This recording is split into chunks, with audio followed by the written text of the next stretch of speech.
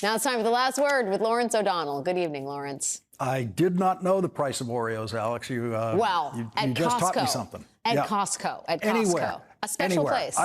Okay. I don't know the price anywhere. But now I do. Okay. I'm glad I could give that information to you, Lawrence. Thank you, Alex. Have a great show. Thank you. Well, you heard, or many of you heard, President Biden's final speech from the Oval Office tonight. Tomorrow night, you will hear his final interview from the Oval Office in a discussion that I will have with President Biden in the Oval Office tomorrow. You'll see it at this hour tomorrow night. I was in the Oval Office tonight in preparation for that, in the back of the room with the press section there while President Biden was delivering that final speech. And what you could not see in that frame, where it's just the one shot of the president, is off to the side where his family was, First Lady, Vice President, Second Gentleman. And for example, things like when the president was thanking his wife and thanking his vice president, they were sitting beside each other and they were both holding hands in what was for them a very emotional moment in a room that was otherwise occupied by 3 cameras and the people running that system to deliver that speech to you, and just a couple of reporters, me taking a couple of notes in this notebook as I was standing there. And there was a point in the speech early where I made a note to myself that this was reminding me of Ike, meaning Dwight Eisenhower, and his military-industrial complex warning. And sure enough, a moment later, that's exactly what President Biden was talking about. When World War II began in Europe in 1939, Dwight Eisenhower was a member of the 19th biggest army in the world. That's right. The United States Army then was smaller than the Army of Portugal. But by the time General Eisenhower was in command of the largest invasion by sea in history on D-Day, just 6 years later, he was leading the most powerful army in the world. And 16 years after that, as President of the United States, Dwight Eisenhower was worried about the influence of the American military when combined with the even more powerful influence of the richest men in the country and in the world who supplied arms to the American military and to the world. President Eisenhower described that as the military-industrial complex. He described it that way for the very first time in his farewell address on January 17th, 1961, delivered just as President Biden did tonight from the Oval Office. In the councils of government, we must guard against the acquisition of unwarranted influence, whether sought or unsought, by the military-industrial complex. The potential for the disastrous rise of misplaced power exists and will persist. That is the only statement that President Eisenhower made in his 8 years in the presidency that changed the way we thought about what we were looking at and dealing with. The military-industrial complex was the perfect descriptor for a new power that had emerged in America that wasn't about a single individual. It was a complex and a powerful one.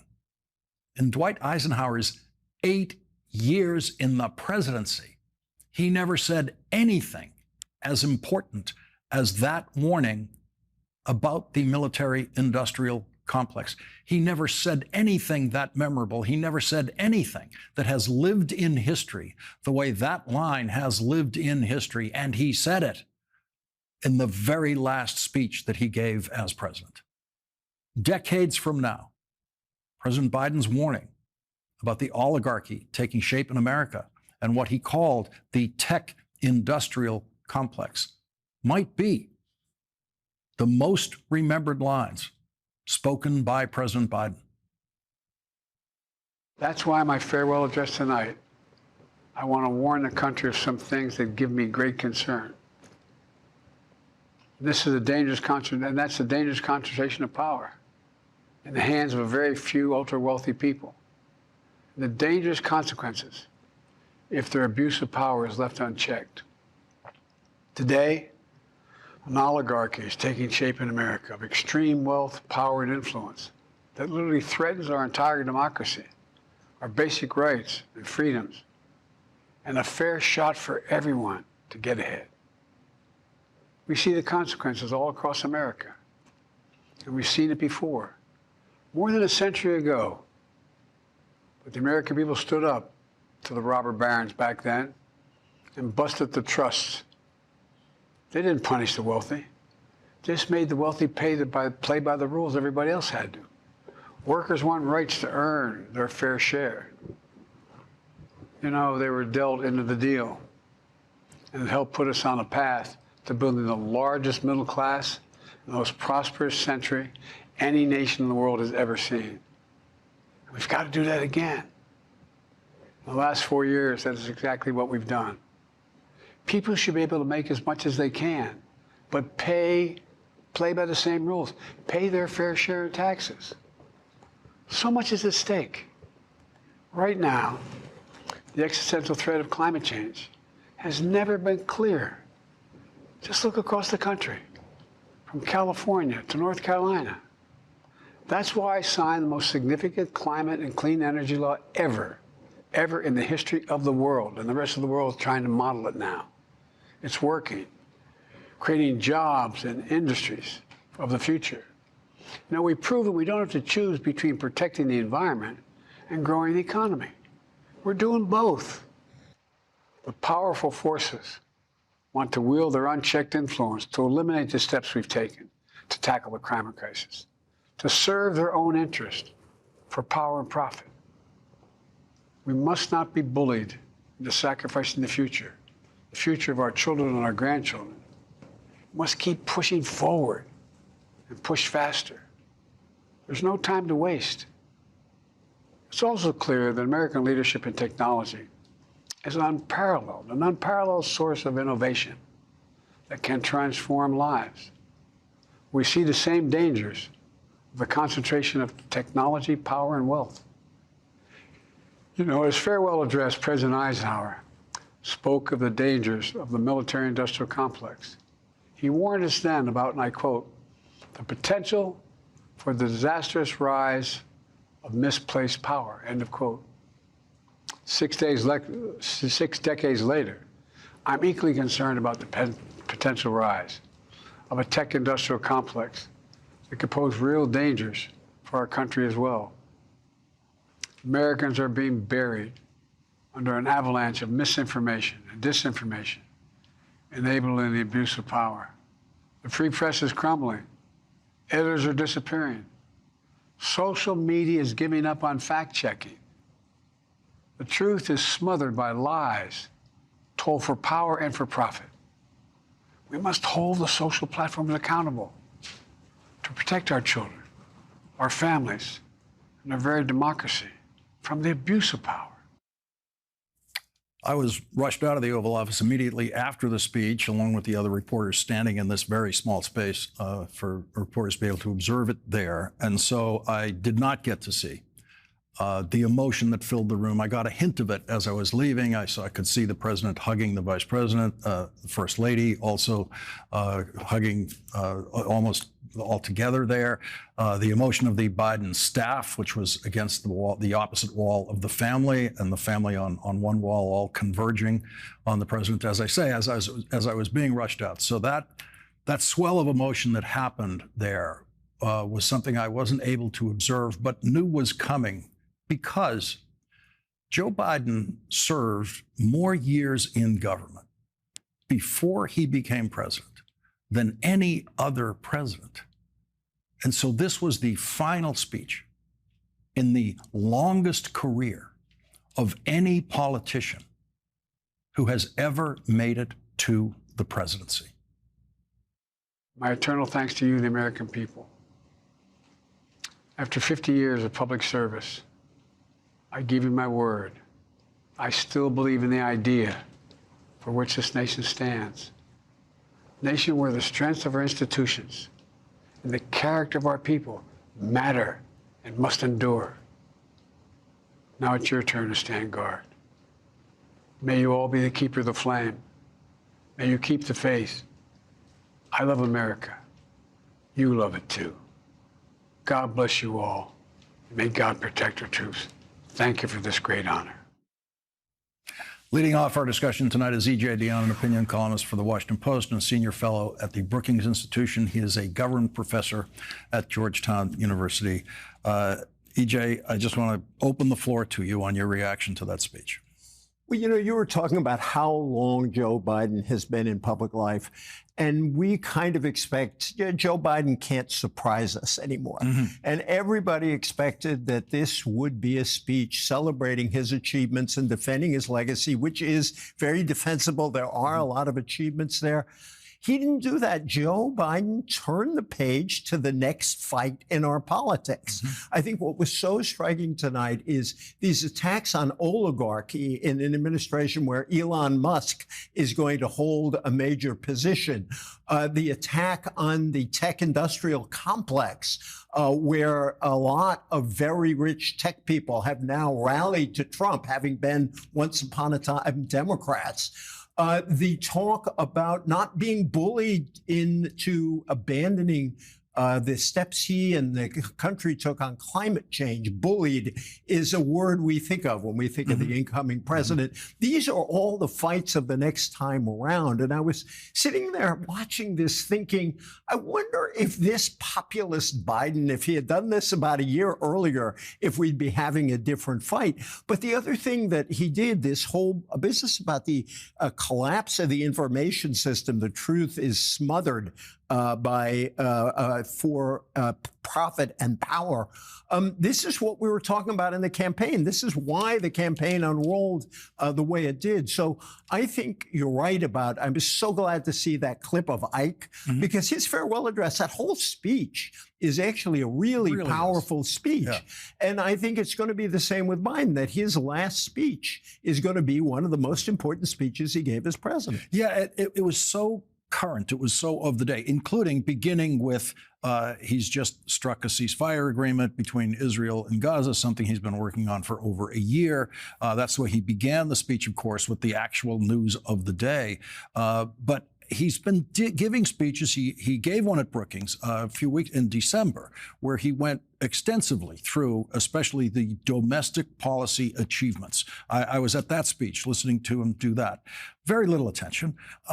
He knew this is the speech, if he's going to get any attention on the way out the door, this is the speech that will get the attention. And he didn't go for the record as much as I expected him to. It's in there, but he used so much of the speech as a warning, as Eisenhower did. As a warning and as an aggressive attack on what might be coming.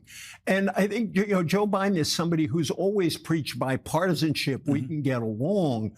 But in politics, sometimes if you want to make a difference, you have to make enemies. And I bet there are a whole lot of attacks on this speech tomorrow from different quarters. And I was thinking, as he was taking on these enemies, of that great line when FDR attacked the economic royalists, he very memorably said, they hate me and I relish their hatred. And I can see Joe Biden tomorrow thinking, yeah, I relish their hatred if they go after these attacks on oligarchs in the tech industrial this is a president who has FDR over the fireplace, the portrait of FDR over the fireplace in the Oval Office. I want to show two quick clips of what the president said, because this is a Joe Biden who is now not trying to achieve anything legislatively or politically. Therefore, he's willing to publicly support things that he knows he cannot get done, like, for example, term limits for the Supreme Court. Let's listen to that. We need to enact an 18-year time limit, time and term, for the strongest ethics and the strongest ethics reforms for our Supreme Court. He also said he basically wants an amendment to the Constitution to overturn the Supreme Court decision on presidential immunity. Let's listen to that.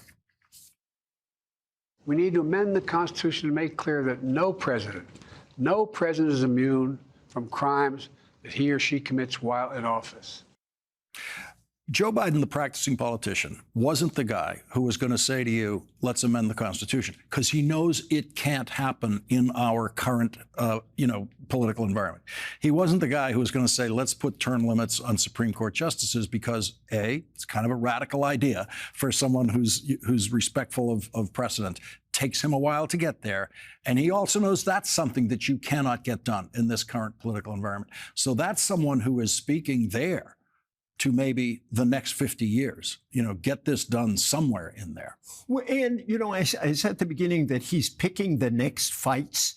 And I think this is these two issues are very live over the next 4 years. I think they're issues that Democrats and progressives are going to be talking about because this Supreme Court is going to continue to give us decisions that push us back to pre-New Deal jurisprudence. And so I think a lot of people want court expansion, but this idea of term limits says we're going to pick a fight with this right-wing Supreme Court. Similarly, on the constitutional amendment, the decision by the Supreme Court basically giving Trump immunity is, number one, incoherent. It's going to have to be fought about, I think there are going to be other cases someday, but it also raised so many profound problems for the next 4 years and for the future that I think that's going to be on the agenda. So again, I think he has laid out here things that Democrats are going to be able to fight for and make points about what's going wrong in the country under Donald Trump. He made tonight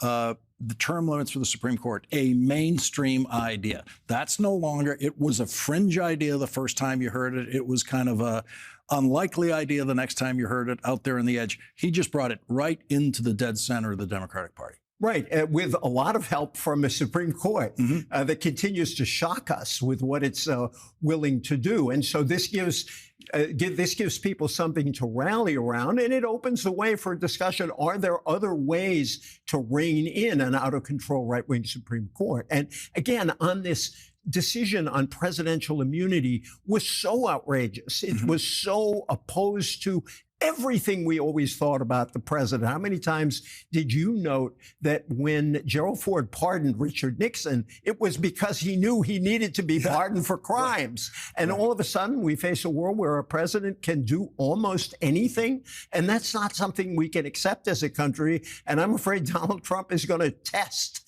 that with a lot of the stuff he's going to do. He will not feel constrained. E.J. Dionne, thank you so much for joining us on this important night. A great joy to be with you. Thank you. President Biden announced a ceasefire agreement between the government of Israel and Hamas that he has been negotiating for 15 months. He did that this afternoon, and that is next.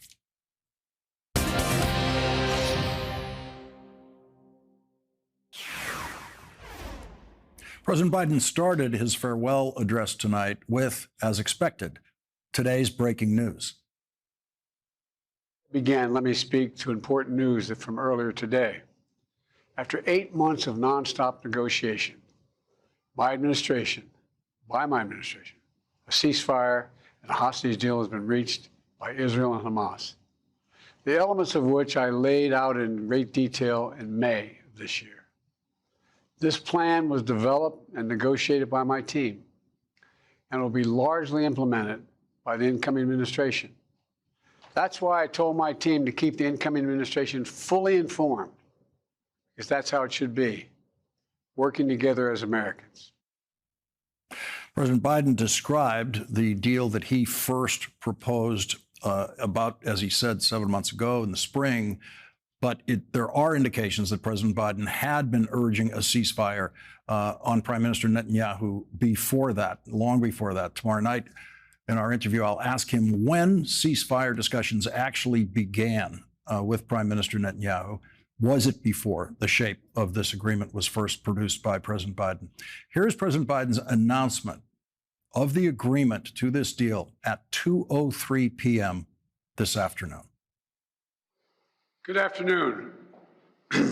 It's a very good afternoon, because at long last, I can announce a ceasefire and a hostage deal has been reached between Israel and Hamas. This is the ceasefire agreement I introduced last spring. Today, Hamas and Israel have agreed to that ceasefire agreement.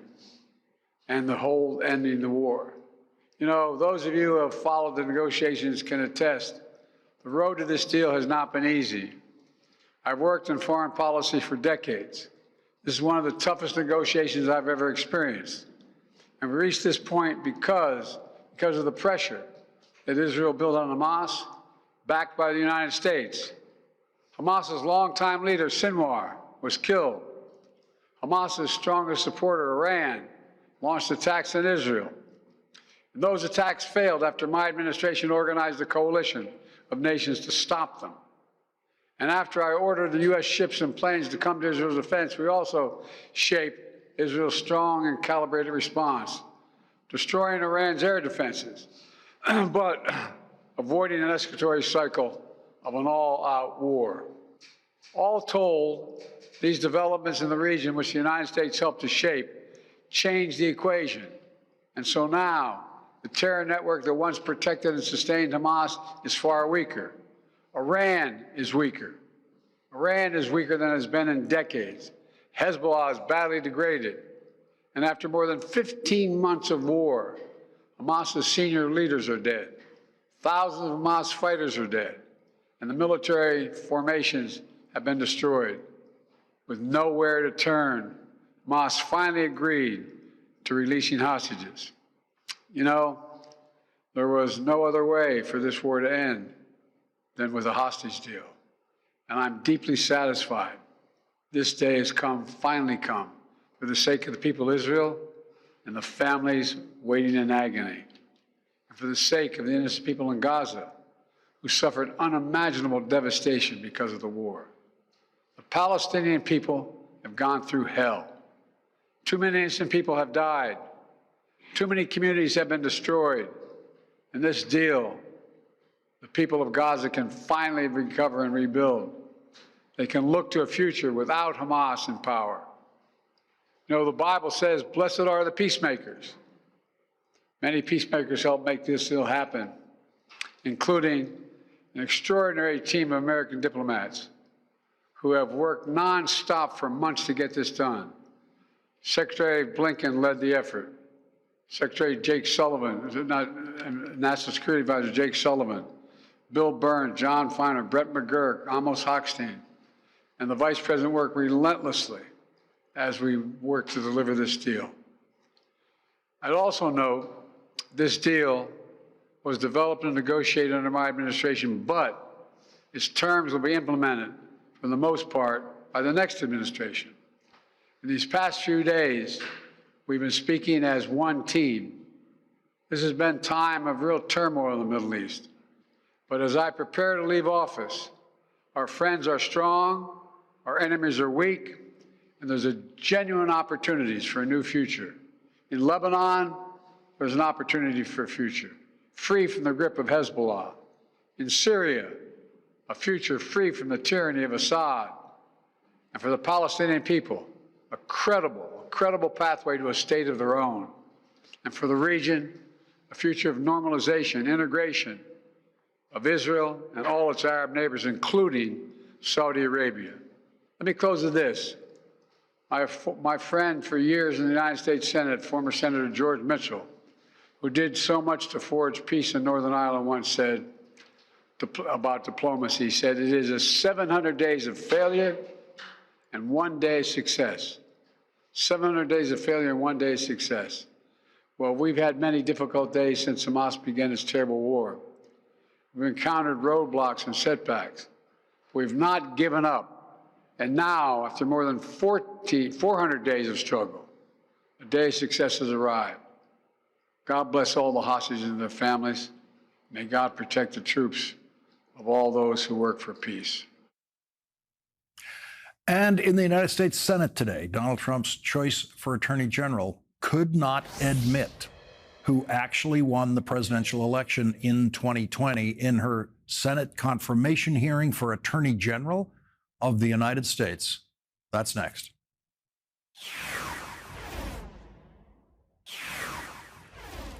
Today, the Senate Judiciary Committee held a confirmation hearing for Donald Trump's choice for Attorney General, former Florida Attorney General Pam Bondi. Ms. Bondi, you were a courtroom prosecutor for a great many years. As a courtroom prosecutor, did you ever have an enemies list? No, Senator. And you went on to be Florida's Attorney General. As Florida's Attorney General, did you ever have an enemies list? No, Senator. Would you have hired someone into the Florida Attorney General's office who you knew had an enemies list? Senator, to cut to the chase, you're clearly talking about Kash Patel. I don't believe he has an enemies list. He made a quote on TV, which I have not heard. I saw your sign, or Senator Durbin's sign, about Kash. But I know that Kash Patel has had 60 jury trials as a public defender, as a prosecutor. He has great experience in the Intel Department, Department of Defense. I have known Kash, and I believe that Kash is the right person at this time for this job. You'll have the ability to question Mr. Patel. And I'm questioning you right now do. about whether you will enforce an enemies list that he announced publicly on television. Oh, Senator, I'm sorry. There will never be an enemies list within the Department of Justice. Senator Sheldon Whitehouse, our next guest, asked Pam Bondi about this statement made by Donald Trump's choice to head the FBI. The FBI's footprint has gotten so freaking big. And the biggest problem the FBI has come out of its intel shops. I'd break that component out of it. I'd shut down the FBI Hoover building on day one and reopening the next day as a museum of the deep state. What is the FBI's role in national security and counterterrorism, and how important is that role? You know, Senator, I believe now more than ever, counterterrorism is so important and vital in our country. We are facing such incredible threats here and abroad. Given that importance, is it responsible to call for shutting down the FBI's counterterrorism and national security work? And will you, as Attorney General, impede or shut down the FBI's counterterrorism and national security work? Senator, Two questions. Senator, I believe that national security is vital right now for our country on so many fronts. I could continue to discuss And the many FBI's others. role in that? And the FBI plays a vital role in counterterrorism Which you throughout will our or will world. not shut down? I will look at each agency. I have no intention of shutting anything down right now, Senator. I am not in that office yet. And if confirmed, I will look at each individual agency and how it should be managed. But counterterrorism right now in our world is vital. So were you completely reassured? You know, in many respects, she was terrific. She's twice elected Attorney General of a major state. Mm-hmm. She said all the right things about rule of law, protecting the institutions, no fear or favor, all of that. And then you fly into sort of the Trump sensitivity no-fly zone, and everything suddenly went haywire. And she couldn't answer the question whether Joe Biden won the election. She couldn't say that there was not present predication to prosecute Jack Smith. And what was strange about that is that her big issue is, can you be independent from Trump? Will you be a legit, honest, stand-up independent attorney general, or will you be his tool and his stooge? And in her answers, she was usually very good until they hit stuff that connected to Trump. And the change in the conduct, the change in the quality of the answers sent a really powerful signal that, oh my God, there really is something going on around Trump with her, where the answers suddenly collapse when she's so good when you're talking about things that aren't touching that Trump area. If you cut back to the first confirmation hearing for a Trump Attorney General, Senator Jeff Sessions was very careful to try to make it very clear to the committee that no, he would absolutely be independent and he wouldn't be taking orders from the president. There's really no attempt to do that here. Much less of an attempt. I think she will say, I will be a strong and independent Attorney General, in those general words, and then you ask her for something that tests that proposition, like, can you tell us that Joe Biden won? Right. And she can't do that. Right. Just can't do that. So it's almost as if there's some kind of like strange magnetic force around Trump, a force field that the strong Pam Bondi that we see in regular questions collapses under that force, I guess. It was very odd. She was very, very good until it hit Trump sensitivity and then complete collapse. One thing that seems to be on Donald Trump's mind is the 25th Amendment. There were reports from inside the Trump administration, especially after January 6th, that there was a discussion of the 25th Amendment, which is to say use the vice president and a majority of the cabinet to then basically they can vote the president out.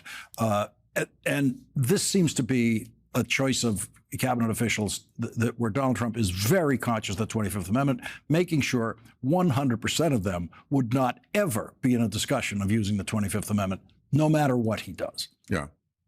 And it's particularly scary in the first presidency that will be operating under the Chief Justice Roberts immunity decision, where he is allowed to use cabinet officials, his tools of power, to commit crimes. That is in the core presidential powers and therefore full immunity. And if they're worried about their criminal immunity, he pardons them. So you could essentially run a full-on criminal enterprise by this president through this cabinet scot-free. And certainly that makes independence in the attorney general, even if she can't prosecute, to at least call things out and defend the rule of law, a pretty vital characteristic, and it was one that we only saw nominally and rhetorically, not in her actual ability to answer in matters that would have been touchy with Trump and MAGA. In the Department of Justice, the FBI resides in the Department of Justice. Yeah. How is the authority divided between the Attorney General and the FBI Director over the FBI? So Kash Patel's sick dreams about the FBI, is that something that the Attorney General can just step in and go, no, you can't do that? The FBI Director is appointed by the President, not by the Attorney General. You'll have a confirmation hearing for him. Yeah. And so in theory, there's a direct line of report to the President. But in practice, the Attorney General and the Deputy have an enormous amount to say about what goes on within the FBI. There's always tension between the two offices, but fundamentally, the FBI Director reports to the Attorney General. As you go forward in the confirmation process, and by the way, so Pam Bondi, your assessment of her vote in the Senate, there's no hints so far of any Republican? No hint. In fact, celebratory support for her on the Republican side. Yeah. So we can assume she's going to get the Republican votes for confirmation on the Senate floor. At this point, I would think that would be the case. What is your sense of how the Kash Patel confirmation hearing will go in your committee? I think they're rallying. You know, there's immense pressure to get behind even as flawed and damaged and strange a candidate as Pete Hegseth. Yeah.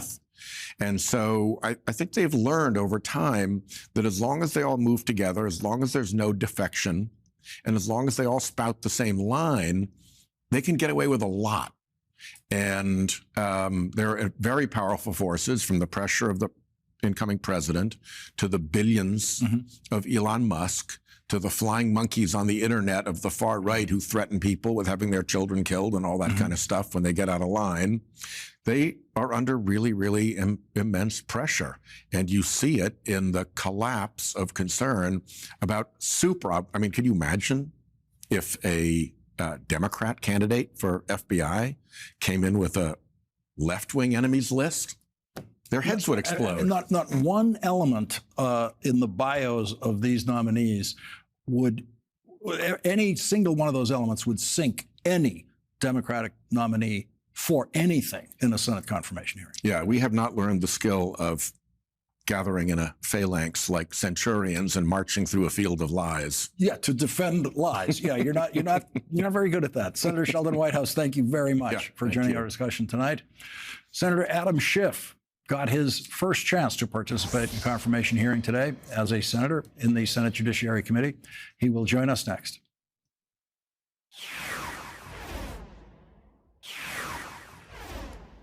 Our next guest, Senator Adam Schiff, questioned Donald Trump's choice for Attorney General Pam Bondi in Senator Schiff's first confirmation hearing as a member of the Senate Judiciary Committee. Are you prepared to advise the president not to pardon people who beat police officers? Senator, as I said, the pardons are at the direction of the president. We will look and we will advise. I will look at every case on a case. so Let me finish. On a case-by-case basis. Okay, good. And I abhor violence to police officers. Follow up with that. So will it be your advice to the president, Mr. President, I know you said you want to issue hundreds of pardons on day one. Will it be your advice to the president? No, Mr. President, I need to go over them on a case-by-case basis. Do not issue blanket pardons. Will that be your advice to the president? Senator, I have not looked at any of those files. If confirmed, I will look at the files And for will the you be able to pardons, as do, well will as you the be able to ongoing review investigation. hundreds of cases on day one? I will look at every file I am Of course asked you to won't. look So at. will you advise the president? Can I will answer you- the question? Well, my question I is, would have plenty of staff. You said, of course you want. you'll be able to review Listen, I'm hundreds not of going to cases on the first day? mislead this body nor you. All right, let me ask another question. You don't want to answer that. Let me ask You were another question. censured by. Joining our discussion now is Democratic Senator Adam Schiff of California, new member of the Senate Judiciary Committee. It seems rather obvious that these two positions are in conflict. Pam Bondi claiming that she will review all of Donald Trump's pardons for January 6th. Donald Trump already saying he intends to do them in the first hour after he's sworn in on Monday. Yes, there's no way to reconcile Impossible. those two. She can't do it? No, Yeah. no one could do that. Right. I think she wanted to give a generic answer that would sound pleasing. I will go on a case-by-case basis, but not acknowledge, well, the president's going to just issue a series of hundreds and hundreds of pardons on day one, so I guess I won't be able to do that after all. This was a pattern that played out throughout the hearing. Generic statements, unwilling to back up those generic statements when it came to any specific. So this is your first Senate confirmation hearing. What did you learn about this process today? Well, that the way it has, I guess, devolved is you try to say as little as possible during your confirmation. You try to be as generic as you possibly can. Don't give any specifics. Don't commit yourself to anything. And in this case, the cardinal rule was do not say anything to upset Donald Trump. So using that standard, she couldn't say who won the 2020 election. She couldn't say whether there was massive fraud affecting the outcome of the election. She couldn't say that she would even preserve the evidence in the January 6th investigation. She couldn't even make that commitment. She couldn't make any commitment that she thought Donald Trump might not like.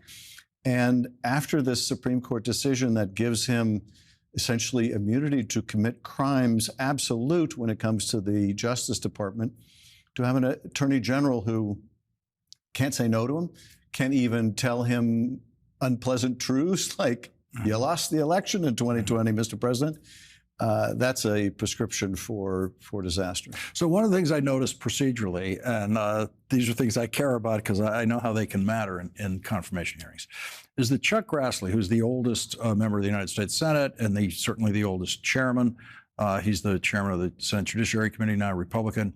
He was there back when these things were run in a reasonable way. And he allowed a second round of questioning today, which was not allowed with Pete Hegseth. In the past, senators were allowed in confirmation hearings often as many rounds as they wanted. It's just as long as there's a senator who has more questions, go ahead. But at least you got the second round, which is less protective of this nominee than they were yesterday with Hegseth. Yes, and all that is a subject of negotiation. Yes. We negotiated how many rounds, we negotiated how many minutes per round. We asked for more minutes, we got less than we wanted. So all of that is the subject of a negotiation, but in that negotiation, when you're in the minority, you don't have a lot of leverage. So we use what leverage we can, and we got as much opportunity to question the witness as we could. But the outcome in these two hearings suggests that, well, in the Hegseth thing, they knew he has to be protected a lot more than Bondi has to be protected, that we think Pam Bondi can actually ride through 2 rounds of questions, and she has enough skill at talking about these things and deflecting, whereas Hegseth, we need to get him off the stage as fast as possible. 1 round, that's it. I think that's right. And there are also a lot more vulnerabilities when it comes to Hegseth, his mismanagement of the veterans organizations, his allegations of sexual assault, of excessive alcohol or alcoholism. And so there were a lot more material, and his complete lack of experience to manage an agency the size of the behemoth that is the Defense Department. So there was a lot more for Democrats to work with in terms of his background, his inexperience. Bondi has experience. She was an attorney general in Florida. She's tried cases. With Bondi, the issue wasn't her experience. It wasn't her personal background. With Bondi, the issue was, okay, the president is entitled to name a friend or even a loyal supporter. Yeah. But when push comes to shove, when that loyalty conflicts, as it will conflict with your oath of office, with your duty to the Constitution, the country, will you buckle? That's really the question. And on that, not particularly satisfying answers. Senator Adam Schiff, thank you very much for joining us here tonight. Really appreciate it. We'll be right back.